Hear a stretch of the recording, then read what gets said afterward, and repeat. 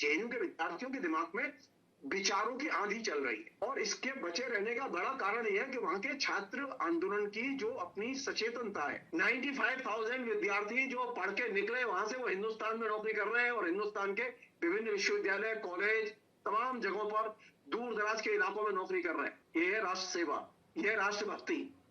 कहां से मिली है? आईआईटी में सबसे ज्यादा खर्च होता है आपका और सबसे ज्यादा प्रतिभा पलायन है वहां से। एसएफआई से कुछ गंभीर भूलें हुई हैं, हाँ, जिसकी वजह से एसएफआई कमजोर हुई जेएनयू में। हाँ, और वे भूलें सांगठनिक स्तर पर थी, आइडियोलॉजी के स्तर पर थी। तो मध्य वर्ग के बच्चों के अंदर वैचारिक स्थिरता नहीं होती, बल्कि वैचारिक अवसरवाद होता है। जेएनयू यानी जवाहरलाल नेहरू यूनिवर्सिटी में एक नया पत्ता खुल गया है, अजीब सा है और बड़ा इसको हर्ष के तौर पे ही आप जो वामपंथी ये देख सकते हैं और एबीपी के लोग उसको अपनी पराजय के तौर पे देख सकते हैं। आप कैसे देखते हैं, क्योंकि आप 84 में अध्यक्ष रह चुके हैं जेएनयू छात्र संघ के, आपको क्या लगता है? मुझे ये लगता है कि जेएनयू का ये इलेक्शन छात्र राजनीति के लिहाज से और डेमोक्रेसी के लिहाज से महत्वपूर्ण है। हाँ, और खासतौर पर जो विश्वविद्यालयों में जो अकादमिक स्वतंत्रता पर हमले हो रहे हैं, हाँ, उसकी दृष्टि से बहुत महत्वपूर्ण है। हाँ, और इससे भी ज्यादा महत्वपूर्ण यह है कि पिछले 11 वर्ष में जिस तरह से जेएनयू के तमाम ट्रेडिशन, जो कि वहां के फैसले लेने के तरीके, फैसले लेने के नियम, उनको जिस तरह से प्रशासन ने तोड़ा और बदला है, उसकी ये पराजय है। मतलब अगर जैसे कि हम कहते हैं ना, लोकल क्या है, तो जेएनयू के इस इलेक्शन में लोकल यह है कि जो विश्वविद्यालय के स्तर पर वाइस चांसलर, जिसे वो मेरे जमाने में पढ़ती थी, वो महिला जो वाइस चांसलर है, वो एमए में पढ़ती थी। मैं जानता हूं, उनके स्वभाव को भी जानता हूं, उनके विचारधारा को भी जानता जी, हूं। वो शुरू से रिएक्शनरी थी, आज भी रिएक्शनरी हैं। तो जेएनयू में बड़े पैमाने पर जैसे क्या है कि बिलो स्टैंडर्ड अपॉइंटमेंट हुए हैं। और जो अपॉइंटमेंट के जो बेसिक हैं, जिनका कि कन्वेंशन के तौर पर पालन जेएनयू में होता रहा है, उसका उल्लंघन हुआ है बड़े पैमाने पर। जी, पहली चीज। दूसरी चीज यह है कि जेएनयू में जो विभिन्न पद दिए जाते हैं, डीन का है, हेड का है, ये तमाम पद दिए जाते हैं, तो ये उसका नियम है रोटेशन का, इसका भी उल्लंघन हुआ है बड़े पैमाने पर। तो ये साधारण चीज नहीं है। दूसरा यह है कि डिक्टेट के आधार पर अपॉइंटमेंट हुए हैं, मतलब ऊपर से कहीं से डिक्टेट आती है कि फला फला का अपॉइंटमेंट होना है, और उस पर फिर कोई बात नहीं होती। मतलब एक बार जब आदेश आ गया तो वाइस चांसलर भी अब सवाल नहीं कर सकता, और वो भी सिर्फ उस पर सीधे हाँ में हाँ मिलाएगा। लेकिन उससे ज्यादा आश्चर्यजनक तो ये है कि जो छात्र राजनीति का जो पितृकुल है, यानी जेएनयू माना जाता है, वो खाटे हुए लोग निकलते हुए वहां से आते हैं, वो लोग इस पर विरोध नहीं कर पाए, क्यों? नहीं, विरोध किया है उन्होंने, ऐसा नहीं है, विरोध किया है। टीचर्स यूनियन ने विरोध किया है, बाकायदा उन्होंने एक कमेटी बनाई जिसकी बड़ी रिपोर्ट थी, जिसे वो पब्लिश किया, उन्होंने सब जगह पब्लिश किया, उन्होंने सोशल मीडिया वगैरह सब जगह पब्लिश किया उसे। बात ये नहीं है, बात दूसरी है। बात ये है कि जेएनयू के बाहर और जेएनयू के अंदर, जेएनयू के अंदर पहले एक जमाना था कि गिनती के रिएक्शनरी प्रोफेसर होते थे, मन में रिएक्शनरी होते थे, लेकिन पब्लिकली वो रिएक्शनरी आइडियोलॉजी के साथ जुड़ते नहीं थे। पब्लिकली आइडियोलॉजी से जुड़ने वाले लोग गिनती के होते थे। आज स्थिति यह है कि जेएनयू में एक बड़ी संख्या शिक्षकों की भी तैयार कर दी गई है, जो कि घनघोर आरएसएस समर्थक है या उसके कार्ड होल्डर है। ये एक बड़ा चेंज है। सेकंड बड़ा चेंज ये है कि जेएनयू की पॉलिटिक्स का एक अपना नियम रहा है, कन्वेंशन का नियम रहा है, और उस कन्वेंशन को विद्यार्थी परिषद के लोग तो नहीं मानते, वो उनके आचरण में नहीं है। लेकिन आप इसको मतलब एक सेकंड, जो मैं बहुत ही व्यावहारिक बात बता रहा हूं। एक सामान्य सी चीज है कि जेएनयू में जो तमाम बॉडियां हैं वे प्रोटेस्ट करने के लिए फ्री हैं।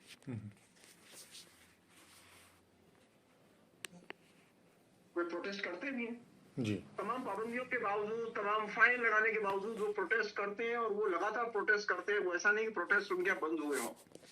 बाकी विश्वविद्यालयों में तो दुकानें बंद करा दी उन्होंने सब संगठनों की। बाकी विश्वविद्यालयों में तो वो सेमिनार नहीं होने देते। जेएनयू में किसी भी विषय पर कभी भी कोई भी सेमिनार की जा सकती है, बीच बीच में उस पर भी बाधाएं खड़ी की जाती हैं, लेकिन इसके बावजूद वहां ये कल्चर बची हुई है। और इसके बचे रहने का बड़ा कारण यह है कि वहां के छात्र आंदोलन की जो अपनी सचेतनता है, वो हिस्टोरिकली इतना स्ट्रॉन्ग और सचेतन छात्र आंदोलन रहा है वहां, कि वहां कोई भी वाइस चांसलर आए, कितना भी दमन करे, वो झुकते नहीं है। वो झुकते नहीं है। वो आपातकाल में नहीं झुके। आपातकाल के बाद में 1983 में सबसे ज्यादा रिप्रेशन हुआ जब नरसिम्हा राव के जमाने में, जब वो शिक्षा मंत्री हुआ करते थे। ऐसा नहीं है कांग्रेस के जमाने में रिप्रेशन नहीं हुआ है जेएनयू में, ये बात नहीं है, आप ये जान लीजिएगा। भयानक रिप्रेशन हुआ है, लेकिन जेएनयू के विद्यार्थियों ने कभी भी सरेंडर नहीं किया। ये एक बुनियादी चीज है जो कि छात्र राजनीति के लिए ही नहीं, युवाओं के अंदर चेतना के लिहाज से बहुत महत्वपूर्ण चीज है।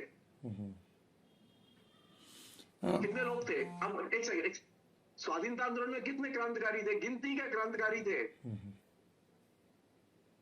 एक कमरे में भी नहीं आएंगे, इतने क्रांतिकारी कम थे। पूरे स्वाधीनता आंदोलन में कम्युनिस्ट पार्टी के सदस्यों की संख्या इतनी नहीं थी कि वो एक कमरा भर जाए उससे। आप समझिएगा मेरी बात को।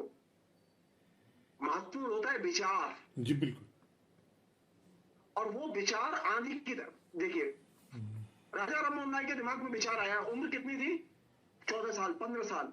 15 साल की उम्र का कोई लड़का आपने, 18 साल की उम्र का लड़का कोई आपने हिंदुस्तान को जगाते हुए देखा है हिंदुस्तान में आज तक? 18 साल के लड़के ने पूरे ब्रिटिश साम्राज्यवाद की चूल हिला दी पति प्रथा के खिलाफ में। अब जान लीजिए आइडिया, जो चीज मैं कहना चाहता हूं आपसे, विचार, वो एक बच्चे के दिमाग में आए, चाहे वो नौजवान के दिमाग में, जेएनयू के विद्यार्थियों के दिमाग में विचारों की आंधी चल रही है, जो चीज समझने की है। और वो हिंदुस्तान के लिए बहुत महत्वपूर्ण है। हो सकता है कि अभी वो चीज आपको दूसरी जगह न दिखाई दे उस रूप में, लेकिन वो महत्वपूर्ण है क्योंकि वो विचार बहुत इंपॉर्टेंट है। विचार क्या है? छात्रों को एक स्वतंत्र प्रवेश चाहिए और स्वतंत्र कैंपस चाहिए जिसमें अकादमिक स्वतंत्रता हो। अकादमिक स्वतंत्रता उतनी ही महत्वपूर्ण है जितनी कि लोकतंत्र महत्वपूर्ण है सामाजिक जीवन में, राजनीतिक जीवन में। हमने ये किया है कि वो यूनिवर्सिटी का मसला है, उस पर हम नहीं बोलेंगे। हम तो जब आंदोलन पर हमला होगा बाहर तभी हम बोलेंगे। नहीं, जेएनयू के विद्यार्थी कभी भी देश की राजनीति हो या कैंपस की राजनीति हो, इसे अलग करके नहीं देखते। और ये उसकी ताकत है। जिस दिन से वो जेएनयू बना है उस दिन से ये ताकत जेएनयू के अंदर बची हुई है। छात्र संघ आते हैं जाते हैं, लीडरशिप आती है जाती है। ये जो जिसे कहे ना एक तरह से सेतु, आइडियोलॉजिकल सेतु छात्रों के बीच में। 95,000 विद्यार्थी जो पढ़ के निकले वहां से, वो हिंदुस्तान में नौकरी कर रहे हैं और हिंदुस्तान के विभिन्न विश्वविद्यालय, कॉलेज, तमाम जगहों पर दूर दराज के इलाकों में नौकरी कर रहे हैं। ये है राष्ट्र सेवा, ये है राष्ट्रभक्ति। कहां से मिली है? आईआईटी में सबसे ज्यादा खर्च होता है आपका और सबसे ज्यादा प्रतिभा पलायन है वहां से। बदनाम कौन है? जेएनयू। जेएनयू, मैं फिर कह रहा हूं, जेएनयू के 1 लाख विद्यार्थियों में 2000 विद्यार्थी नहीं है, मैं जानता हूं, जो विदेश गए हो। कहां जाते हैं वो पढ़ लिख के? अपनी प्रतिभा का इस्तेमाल करते हैं हिंदुस्तान के अंदर। कोई किसान आंदोलन में जा रहा है, कोई मजदूर आंदोलन में जा रहा है, कोई कॉलेज में जा रहा है, कोई यूनिवर्सिटी में जा रहा है। और सब जगह जहां वो जा रहे हैं वहां वो डेमोक्रेसी की रक्षा कर रहे हैं और डेमोक्रेसी के लिए काम कर रहे हैं। डेमोक्रेसी के लिए काम करने का मतलब है जो आपके यहाँ हाशिए का आदमी है उसके पक्ष में खड़े होना। लेकिन जगदीश्वर जी एक बात बताइए आप कि इतना समृद्ध होने के बावजूद ये वामपंथ अचानक वहां से क्यों विदा हो गया? नहीं, विदा नहीं हुआ, विदा नहीं हुआ। सिर्फ ये है कि जैसे पहले एसएफआई का वर्चस्व था, अभी आयसा का वर्चस्व है। देखिए ये शिफ्टिंग होती रहती है, ये आइडियोलॉजिकल शिफ्टिंग वामपंथी जो फ्लेवर है उसके अंदर होती रहती है। कभी कोई जिसे कहें कि रंग वामपंथ का वो प्रमुख हो जाएगा, दूसरा हाशिए पर चला जाएगा। जैसे एक जमाने में सीपीआई थी, बहुत ताकतवर थी, इतनी ताकतवर थी कि बंगाल की कम्युनिस्ट पार्टी कमजोर थी और बिहार में कम्युनिस्ट पार्टी बहुत ताकतवर हुआ करती थी, आप जान लीजिए। लेकिन ये भी बात तो है कि आईसा और एसएफआई दोनों अलग अलग करके उन्हें लड़ना शुरू हुआ और मुंह के खा गए। नहीं नहीं, वो पिछली बार लड़े थे और वो उसमें एसएफआई के लोगों ने गलती की। हाँ, मैं आपको बहुत साफ हूं, हाँ, मेरा साफ मानना है, जैसे इस बार एआईएसएफ ने गलती की, एआईएसएफ साथ नहीं थे इनके। भाई सवाल यह, 4 तो पोस्ट हैं, अब 4 पोस्ट पर तरीके से लोग लड़ेंगे, कौन सा तरीका होगा? एक तो संगठन की क्षमता, दूसरा ये कि जीतने की संभावना कैंडिडेट की। आप जिसका नाम प्रपोज कर रहे हैं, हो सकता है आपका संगठन बहुत ताकतवर हो, लेकिन आप जिसका नाम प्रपोज कर रहे हैं, हो सकता है वो जीते नहीं, उसकी जीतने की संभावना भी तो देखी जाएगी। एआईएसएफ के लोगों ने इस बार जीत की और वो अलग हो गए। अब क्या हुआ रिजल्ट मैंने डिटेल्स अभी देखे नहीं है, लेकिन वो अलग हो गया, अलग उन्होंने कैंडिडेट खड़ा किया कि नहीं किया मैं नहीं जानता अभी, लेकिन यह कि ये गलत है।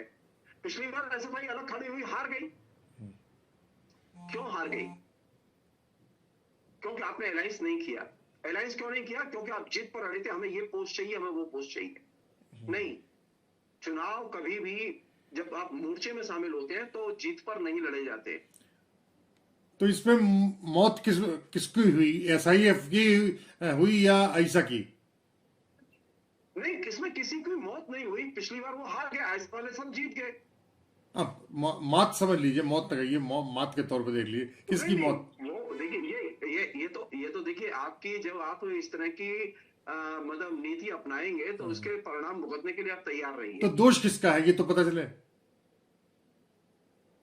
तात्कालिक तौर पे जो लीडरशिप है उसका दोष है, उसमें कोई वो नहीं। आईसा का नहीं, एसएफआई सीपीआईएम का छात्र संगठन है।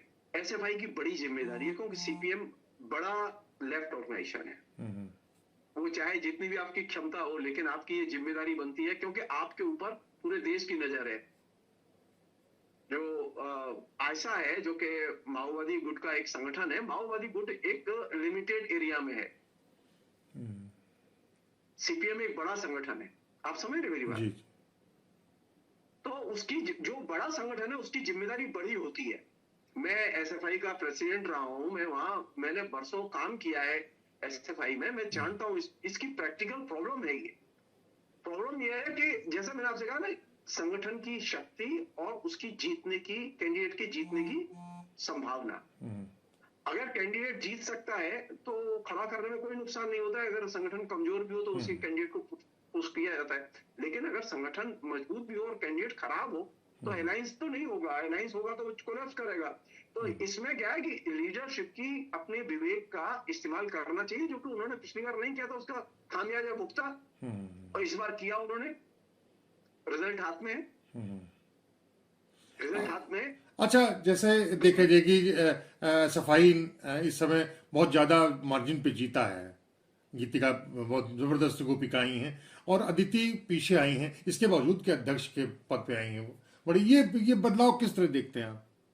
नहीं, ये इसमें कोई बदलाव नहीं है, वो होता है क्योंकि अब मैं तो इलेक्शन ही हार गया था 2 बार वाइस प्रेसिडेंट का। अच्छा। और जो प्रेसिडेंट जीते थे उनसे ज्यादा वोट थे, तभी मैं हार गया। पहली बार हारा था वोट 10 वोट से, आप जान लीजिए, और दूसरी बार हारा था सिर्फ 18 वोट से। और दोनों बार हालत ये थी मेरी कि मैं प्रेसिडेंट जो बने थे उनसे ज्यादा वोट थे मेरे पास में, 2 से वोट ज्यादा थे। कारण क्या है कि कई बार जो कोई पोस्ट जो है पोलराइजेशन की वजह से आपको वोट कम हो जाए, प्रेसिडेंट की पोस्ट पर पोलराइजेशन। अच्छा, जैसे मैं सामान्य तौर पे जो माना जाता है कि एसएफआई के लोग जो हैं वो जंगली वामपंथ है और एसएफआई के लोग पढ़ाकू हैं। जैसे इन्होंने अदिति ने कहा कि हम गुंडों को, एबीपी के लोगों को, गुंडों को साफ करेंगे जेएनयू से, और इन्होंने कहा कि नहीं हम तो हॉस्टल पढ़ाई पर ज्यादा ध्यान देंगे।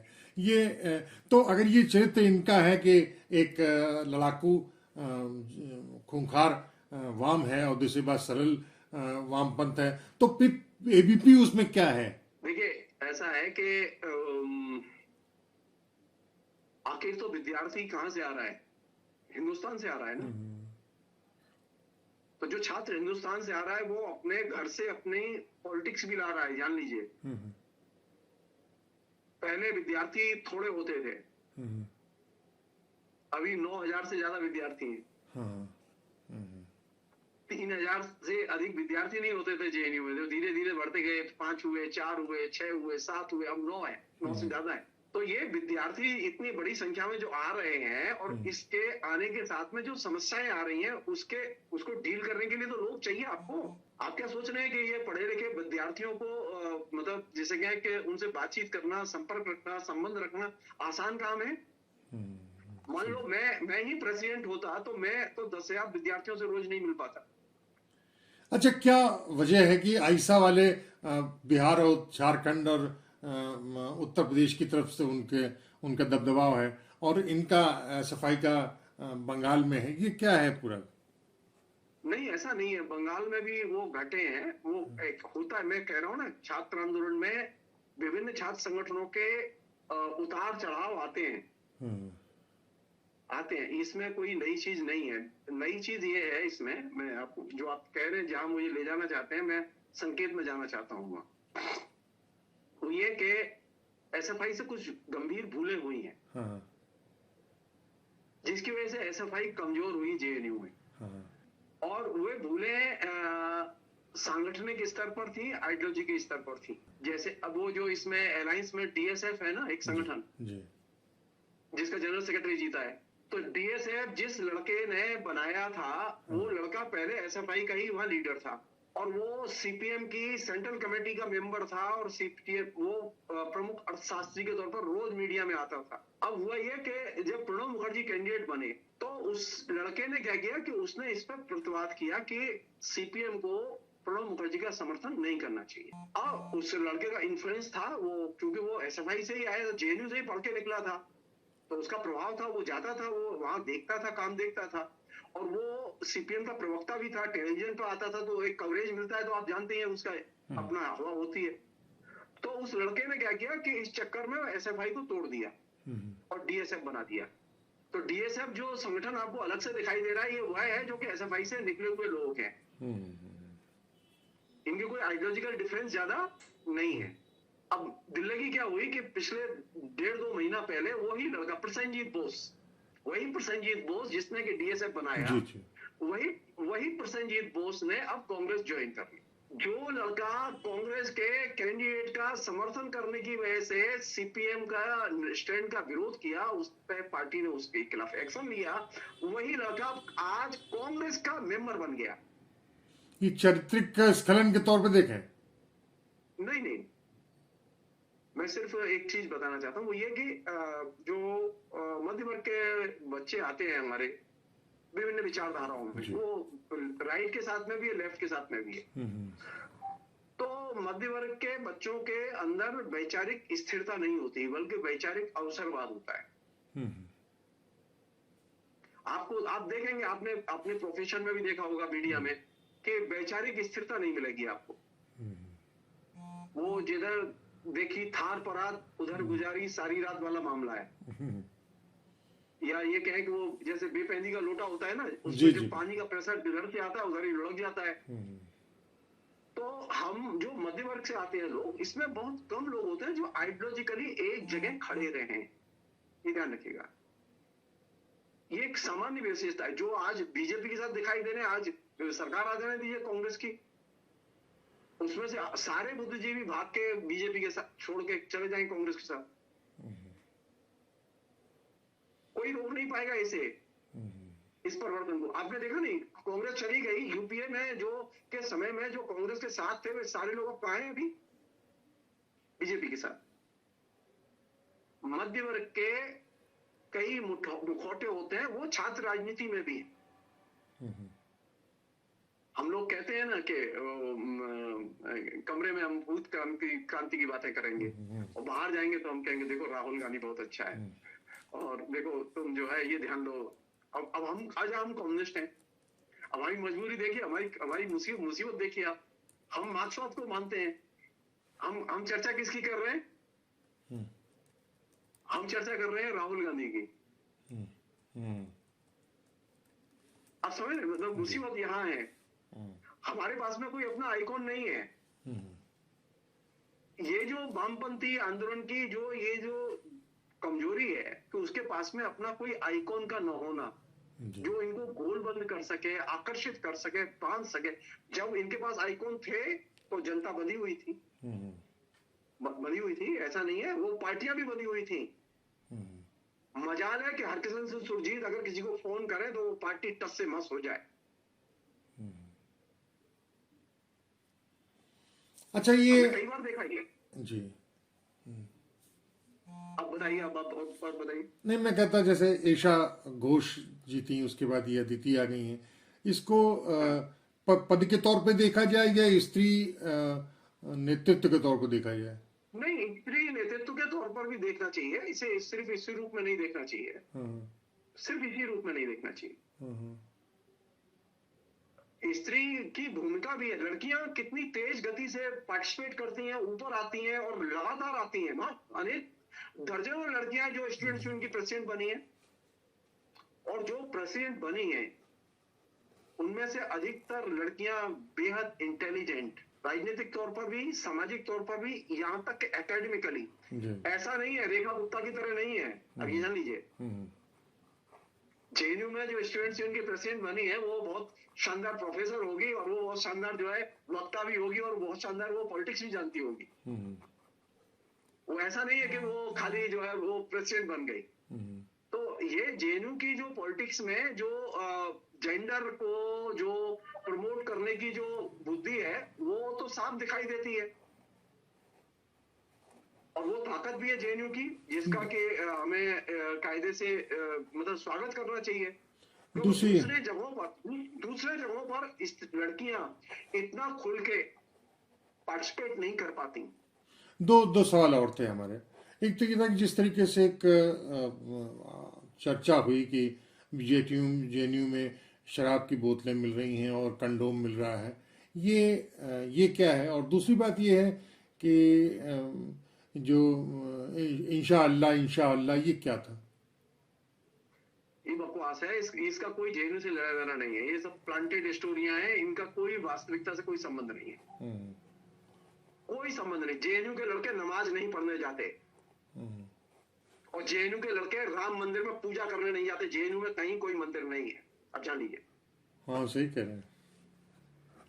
जेएनयू में कोई मस्जिद नहीं है, कोई गुरुद्वारा नहीं है।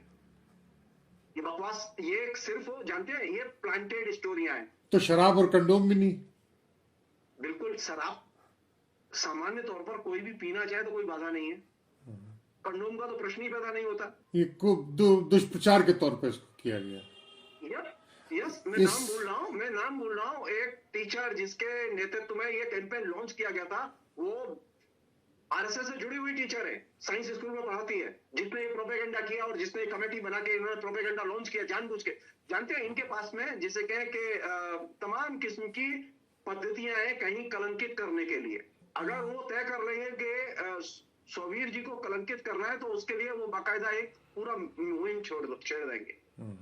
कौन है वो टीचर? मैं नाम नहीं जानता, अभी मैं भूल गया हूँ। मैं अभी जस्ट आपने याद बोला है तो मुझे याद आ रहा है कि वो साइंस स्कूल की टीचर है। आपको क्या लगता है कि ये बदलाव जो हुआ है?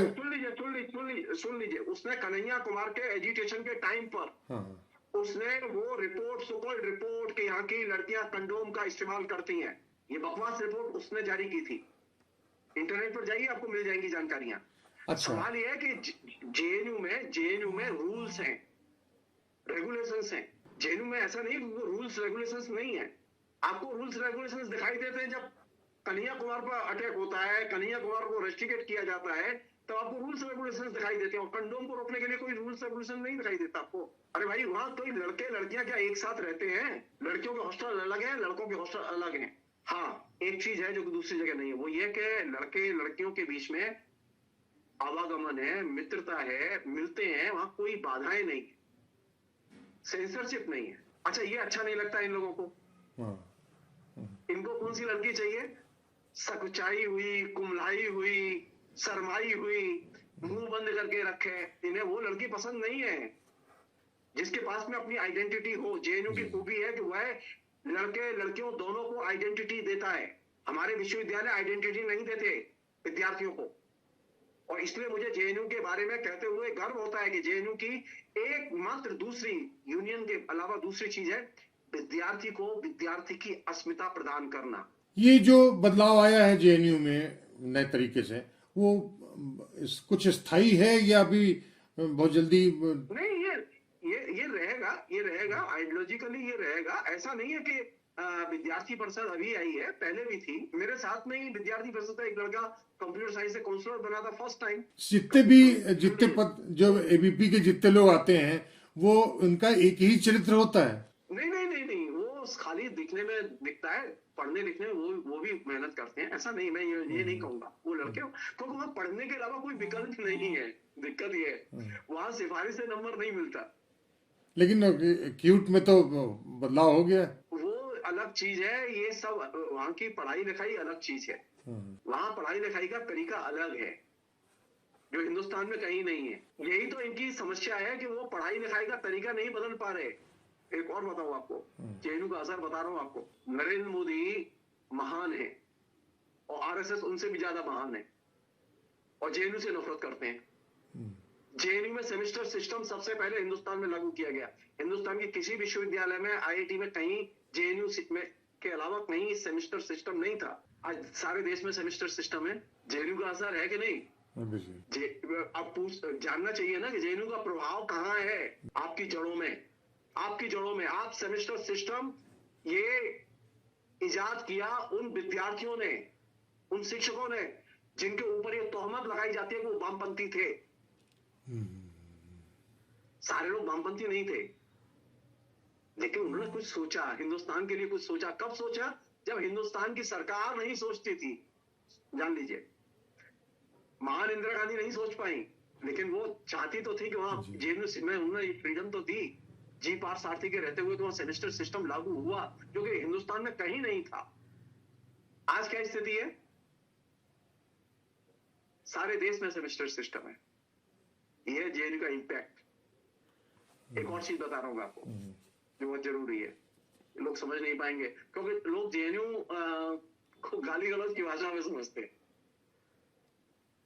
जेएनयू की जो दूसरी शानदार चीज है जिसे कि कोई भी पार्टी या कोई भी सरकार आए वो तोड़ नहीं सकती, वो क्या है कि वहां टीचर स्टूडेंट का एकदम मिला जुला रिश्ता है।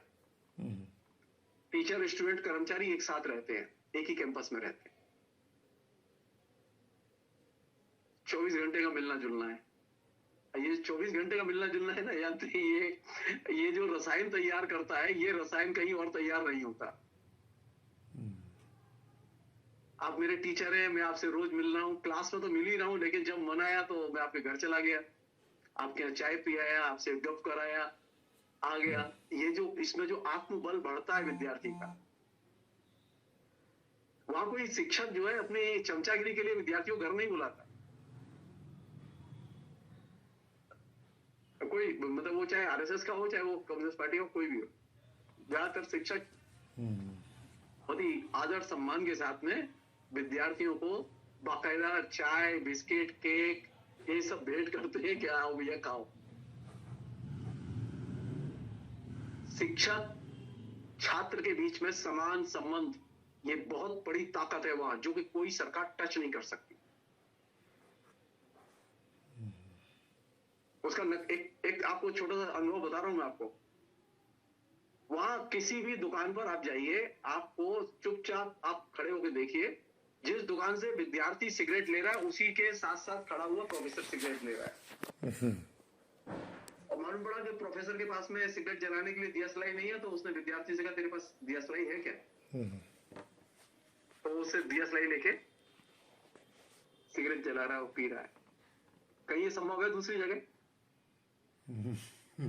जेएनयू में संभव, जेएनयू में संभव है। जब मैं जब पहली बार काउंसलर बना 1980 की बता रहा हूं मैं आपको, 1980-81 में, तो जब वाई डायडोमा वाइस चांसलर थे, वो वाइस चांसलर के तौर पर कम और लेदर साइंटिस्ट के तौर पर विख्यात थे पूरी दुनिया में। तो उनको जब हम लोग परिचय दिए तो उन्होंने, जब उन्हें पता चला कि मैं संस्कृत पढ़ के आया हूं और मेरा बनारस से संबंध है संस्कृत के नाते, तो बड़े खुश हुए क्योंकि वो बनारस से पढ़े हुए थे बीएचयू से। तो उन्होंने कहा कि जब भी तुम आओगे, अब मैं पान खाता था खूब, तो पान खाए हुए था जब मैं गया था मिलने, तो उन्होंने कहा तुम जब मेरे पास जब भी आओगे ना, मेरे पान लेके आओगे मेरे लिए, क्योंकि मुझे पान और कोई नहीं खिलाएगा।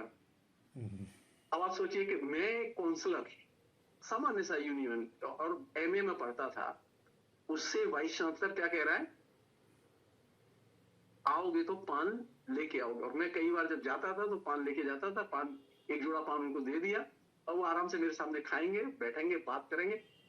ये कल्चर जो कल्टीवेट हुई, वो कल्चर लंबे समय तक बनी रही है और आज भी होगी। वहां कोई भी वाइस चांसलर आए, वो उससे मिलना होगा। वो चली आ रही है ना परंपरा, तो आप उसे आसानी से तोड़, हाँ फाइन वाइन लगा देते हैं, आजकल कुछ परेशान करते हैं, उत्पीड़न करते हैं, लेकिन मिलना जुलना थोड़ी रोक लेंगे लोगों का। अद्भुत अद्भुत। थर्ड चीज सुन लीजिए, बहुत अच्छी चीज बता रहा हूं मैं। हिंदुस्तान के मीडिया के सबसे बेहतरीन जर्नलिस्ट जेएनयू ने प्रोवाइड किए। कौन कौन? सबसे बेहतरीन जर्नलिस्ट, सबसे बढ़िया तो एन राम जी, जेएनयू से पढ़ते थे। सबसे बढ़िया जर्नलिस्ट पी साईनाथ, जिसने हिंदुस्तान की गरीबी और किसानों के जीवन का उद्घाटन किया मीडिया में, और जिसकी वजह से वो आइकॉन माना जाता है हिंदुस्तान में नहीं, पूरी दुनिया में किसान पत्रकारिता का। मैं आपको हर क्षेत्र के, सी राजमोहन जो अंतरराष्ट्रीय विषयों पर लिखते हैं, इंडियन एक्सप्रेस के एडिटर्स में से एक हैं, सम्माननीय संपादक हैं, वो जनरल सेक्रेटरी थे स्टूडेंट्स यूनियन के, प्रकाश कारात प्रेसिडेंट थे और वो जनरल सेक्रेटरी थे, और वो अंतरराष्ट्रीय विषयों का टॉप जर्नलिस्ट है हिंदुस्तान में। मनोज जोशी, मैं एक नहीं, मैं सैकड़ों नाम बता सकता हूँ, सैकड़ों। गोरख जी से मैं उनके कमरे में हमारी मुलाकात हुई और 3 दिन उनके स्कूल के कमरे में रहा। गोरख पांडे तो थे ही अच्छे, और ऐसे बहुत सारे लेखक हमारे यहाँ से निकले, लेकिन जो असल चीज है कि लार्ज स्केल पर हिंदुस्तान, जैसे मैंने आपसे कहा, हर क्षेत्र के लिए प्रतिभाशाली लोग तैयार करके देना, ये जो काम है जेएनयू का, ये काम अकल्पनीय है। वामपंथियों का जानते हैं सबसे बड़ा कंट्रीब्यूशन क्या है? उन्होंने यहाँ से प्रतिभा पलायन नहीं होने दिया। बीजेपी के लोग बहुत महान लोग हैं, रोक के देख लें, आईआईटी के लोगों को रोक सकते हैं, मेडिकल के लोगों को विदेश न जाए। सबसे ज्यादा पलायन है, प्रतिभा पलायन जिसे हम लोग कहते हैं। और जेएनयू का, जैसे मैंने आपसे शुरू में कहा, 1% विद्यार्थी जेएनयू का विदेश नहीं गया, वो पढ़ने गया, पढ़ के लौटा है, फिर कहाँ काम कर रहा है? वो कहीं भागलपुर में पढ़ा रहा है, कहीं मुजफ्फरपुर में पढ़ा रहा है, कोई गोरखपुर में पढ़ा रहा है। मतलब आप सोचिए, वो रिमोट से रिमोट जिले में जाके पढ़ा रहा है। उसके अंदर ये बीमारी नहीं है कि मैं तो पेरिस में ही पढ़ाऊंगा जी, पेरिस में ही रहूंगा, मैं तो वाशिंगटन में नहीं रहूंगा। ऐसा नहीं है कि वाशिंगटन और न्यूयॉर्क में जेएनयू के विद्यार्थी नहीं है, ये जान लीजिए, ये दिमाग से निकाल दें हम लोग। अंतरराष्ट्रीय तमाम विश्वविद्यालयों में जेएनयू के विद्यार्थी हैं, और उसमें शानदार विद्यार्थी जिसने नाम कमाया, Nobel laureate Abhijit Banerjee junior था मेरा, 13 दिन जेल में रहा। वो जमानत कराई थी मैंने, मुकदमा उसके एवज में मैंने लड़ा था। क्या पाया उसने? नोबेल पुरस्कार। वो बीजेपी का मेंबर नहीं था कभी भी, वो लेफ्ट था, आज भी लेफ्ट है। तो लेफ्ट की मेधा तो यह है कि वे बड़े पैमाने पर उन्होंने आपको नोबेल लॉरिएट दिया, जैसा अभिजीत बनर्जी जैसा लड़का दिया।